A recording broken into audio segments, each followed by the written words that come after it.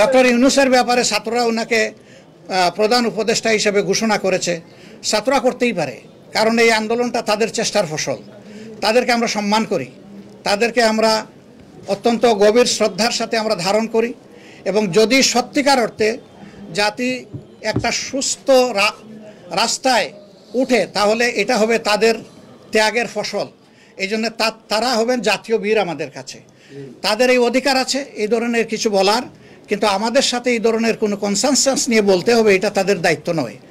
আমরা শুধু রাষ্ট্রপতিকে অনুরোধ করেছি তিনি যেন তাদেরকেও শুনেন।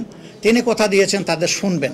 এখন তারা কি শোনাবেন এবং রাষ্ট্রপতি কি শুনবেন এটা একটা বিষয়। আর স্টেক হোল্ডারে অনেকগুলা দল আছে, সিভিল সোসাইটি আছে, রাষ্ট্রপতি তাদেরও কথা শুনবেন বলে আমাদেরকে বলেছেন। সুতরাং এটাতে একটু সময় লাগবে। আমরা এখন এই বিষয়ে কোনো মন্তব্য করছি না, তবে আমরা তাদের সমস্ত প্রক্রিয়াকে শ্রদ্ধার সাথে দেখি। ওটা খুব বেশি লাগবে বলে মনে হয় না, হয়তো 2 বা 3 দিন ইনশাআল্লাহ। দেখেন উনি তো অসুস্থ, মানবিক কারণে আমার গত রাত্রেই ওনার সাথে দেখা হয়েছে, এবং উনি বলেছেন যে আমি যেখানে যাই সেখানে যেন সালাম পৌঁছাই। আমি সালাম পৌঁছাই দিলাম। আমি দেখে আসছি।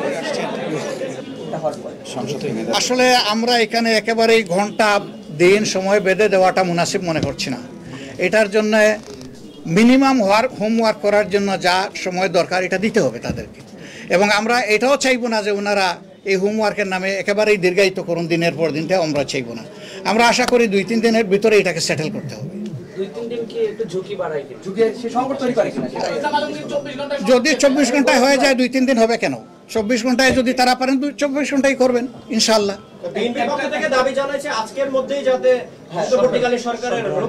ওয়েল, তাদের এই দাবিও সঙ্গত। কে বৈঠক করেছেন? তারা এসেছিলেন আমাদের বিধ্বস্ত অফিস দেখতে। আমরা 2011 সালে 19 সেপ্টেম্বর এখান থেকে বের হয়েছিলাম। এখন আমরা ঢুকলাম, এটার হালত কি তারা একটু ভাঙ্গাচুরা দেখে গেছেন, আমাদের দোয়া করে গেছেন। আমরা কোনটাসা দাবি করিনি। আমরা বলেছি যে আমাদের অধিকার কেড়ে নেওয়া হচ্ছে, অধিকার দেওয়া হচ্ছে না, কিন্তু আমরা কোনটাসা ছিলাম না। আপনাদের পাশে ছিলাম, আপনাদের সাথে ছিলাম। Thank you. সবাইকে ধন্যবাদ জানিয়ে আজকে সাংবাদিক সম্মেলনের কাজ এখানে শেষ।